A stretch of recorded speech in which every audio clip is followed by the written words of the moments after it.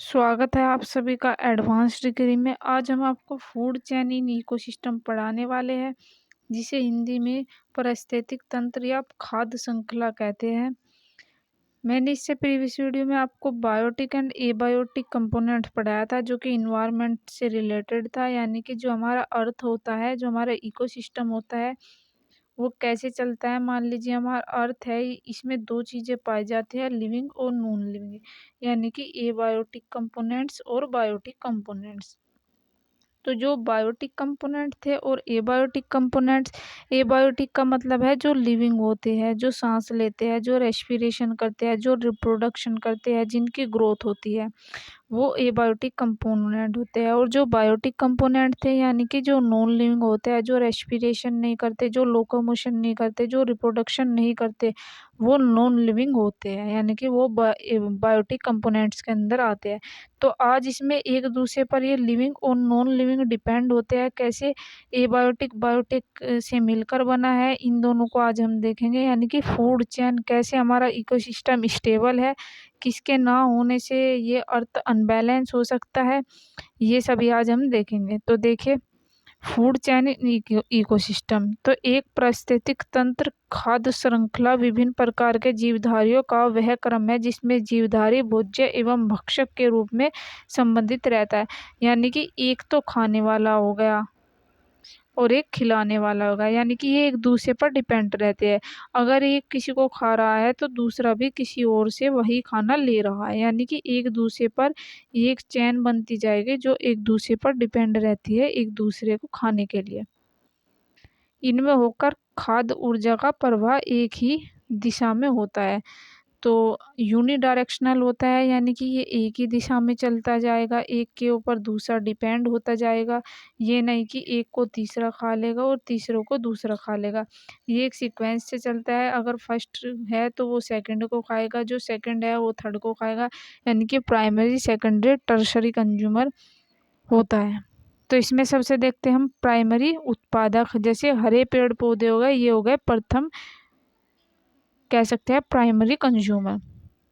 ये सबसे पहले क्या करते हैं, जो कोई भी प्लांट होते हैं वो क्या करते हैं, वो फोटोसिंथेसिस की प्रोसेस करके धूप से अपने फूड का फॉर्मेशन करते हैं। तो ये क्या हो गई, ये प्राइमरी कंज्यूमर हो गए। ये अपना फूड कहाँ से कंज्यूम करते हैं, जो सन की रेज आती है। तो आप प्राइमरी कंज्यूमर को समझ गए होंगे। उसके बाद में आ गया द्वितीय कंज्यूमर और तृतीय श्रेणी के उपभोक्ता, अपघटनकर्ता, कवक एवं जीवाणु आपस में मिलकर खाद्य श्रृंखला फूड चेन का फॉर्मेशन करते हैं या बनाते हैं, क्योंकि वे आपस में एक दूसरे का भक्षण करते हैं। यानी कि ये क्या करते हैं, एक दूसरे को खाने का काम करते हैं और भक्षक या भोज्य के रूप में संबंधित रहते हैं। मैं आपको एक डायग्राम आएगा, अगर डिटेल में सारा कुछ बता दूंगी। यदि आप डायग्राम को ध्यान से समझ लेंगे तो आप थ्योरी खुद ब खुद बनाकर लिख लेंगे। तो देखिए, खाद्य श्रृंखला में ऊर्जा व रासायनिक पदार्थों का उत्पादक, उपभोक्ता, अपनकर्ता, अपघटनकर्ता व निर्जीव प्रकृति के क्रम में प्रवेश करते रहते हैं और इनमें होते हुए चक्र में घूमते रहते हैं। तो क्या करते हैं, ये एक चक्र चलता रहता है, यानी कि प्राइमरी ने सेकेंडरी को खा लिया और सेकेंडरी ने टर्सरी को। इसी तरह फिर प्राइमरी शुरू हो जाएगा। इसी तरीके से एक चेन चलती रहती है, जो एक दूसरे को खाने की जो प्रोसेस है वो चलती रहती है, और हमारा अर्थ इसी तरीके से इकोसिस्टम काम करता है। तो किसी भी पारिस्थितिक तंत्र के खाद्य श्रृंखला में निम्न प्रकार दर्शाया गया है। तो देखिए, ये एक श्रृंखला है, मैं आपको छोटा सा समझा दूं यहाँ पर। देखिए, ये जो है,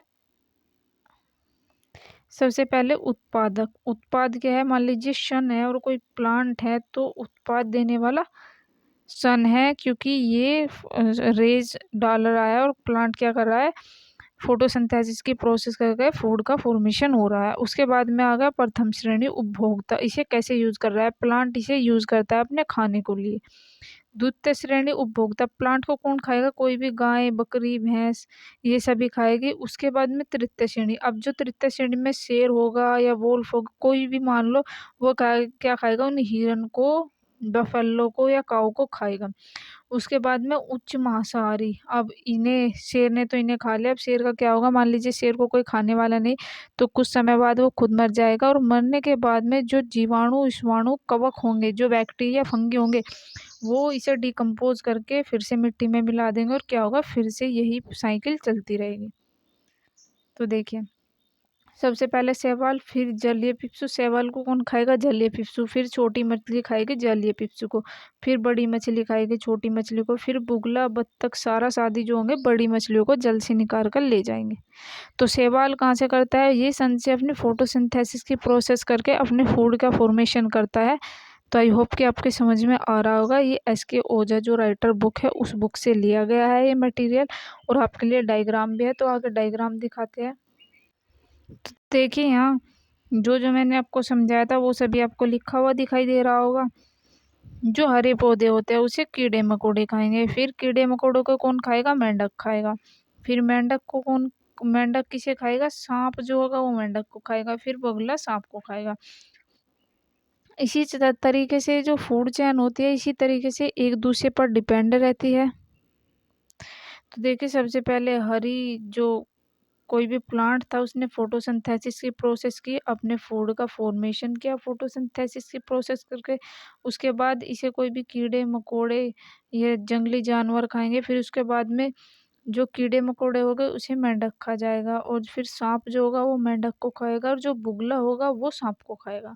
तो इसी तरीके से ये एक सीक्वेंस वाइज ये स्टेप चलते रहते हैं।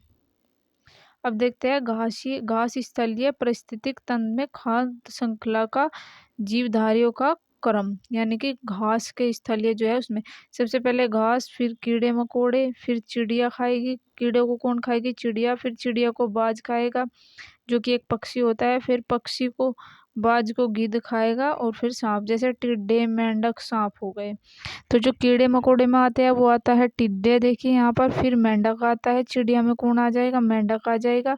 फिर सांप आ जाएगा। तो अब मैं इसका आपको फुल डायग्राम दिखा दूं।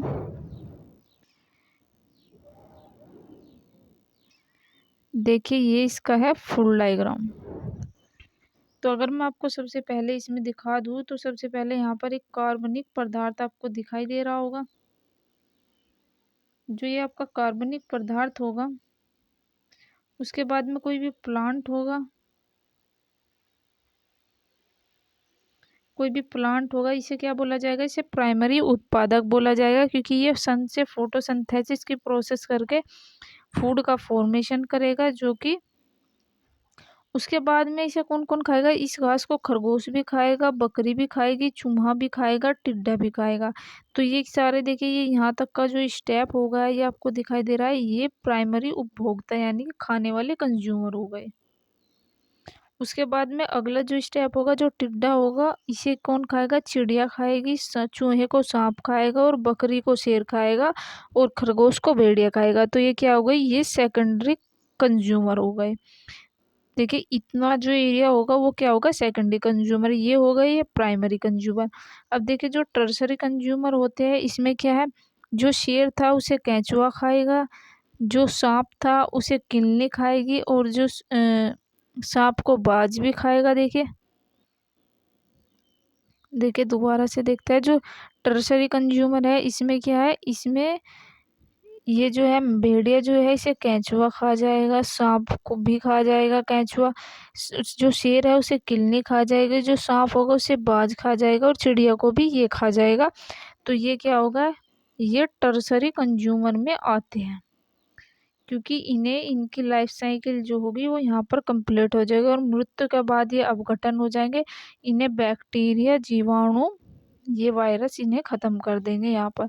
तो ये था प्राइमरी कंज्यूमर, सेकेंडरी कंज्यूमर और टर्सरी कंज्यूमर, यानी कि जो एक दूसरे पर ये फूड चेन चलती रहती है, जो एक दूसरे पर डिपेंड रहती है अपने भोजन के फॉर्मेशन के लिए।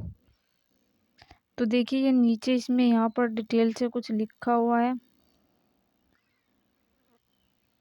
तो जो खाद्य श्रृंखला का चित्र रूप से प्रदर्शित किया गया है, तो इसमें वन पारिस्थितिक तंत्र द्वारा खाद्य श्रृंखला के जीवधारियों का क्रम, यानी कि जो जीवधारी है उनका क्रम कैसे निर्धारित है, वो हमने अभी देखा। तो सबसे पहले उत्पादक, जैसे कोई भी प्लांट हो गया, प्रथम श्रेणी के उपभोक्ता, द्वितीय श्रेणी के उपभोक्ता, तृतीय श्रेणी के उपभोक्ता और अंतिम उपभोक्ता या उच्च मांसाहारी होते हैं। जो अंतिम होते हैं वो उच्च मांसाहारी। सबसे पहले शाकीय पौधे जिन पर शाखाएं होती है, उसके बाद में चूहे आए या गिलहरी आई, फिर बिल्ली आती है, फिर जंगली कुत्ता आता है, उसके बाद में कोई भी झाड़ी। ये फर्स्ट स्टेप है, यानी कि ये अलग कैटेगरी के है, ये अलग कैटेगरी के और ये अलग कैटेगरी है।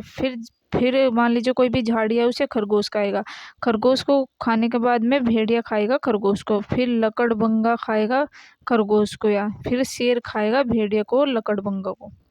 उसके बाद में जो वृक्ष होगा उसे बंदर या लंगूर खाएगा, फिर लंगूर या बंदर को कौन खाएगा? तेंदुआ। तो आई होप कि आपकी ये समझ में पूरी फूड चेन की जो फॉर्मेशन है या प्रोसेस है वो समझ में आए हुए। अगर आपको कहीं भी लग रहा है नहीं समझ में आया तो हम रिवीजन के तौर पर एक और आपको वीडियो अपलोड कर देंगे। तो थैंक यू गाइज। कैसा लगा टॉपिक हमें कमेंट करके ज़रूर बताइएगा। मिलते हैं किसी नए टॉपिक के साथ। अब हम आपको इकोलॉजी पिरामिड पढ़ाएंगे जो एनर्जी के बेसिस पर काम करते हैं। तो चलिए मिलते हैं अगले टॉपिक के साथ में। जब तक के लिए आप हमारे चैनल से जुड़े रहिएगा।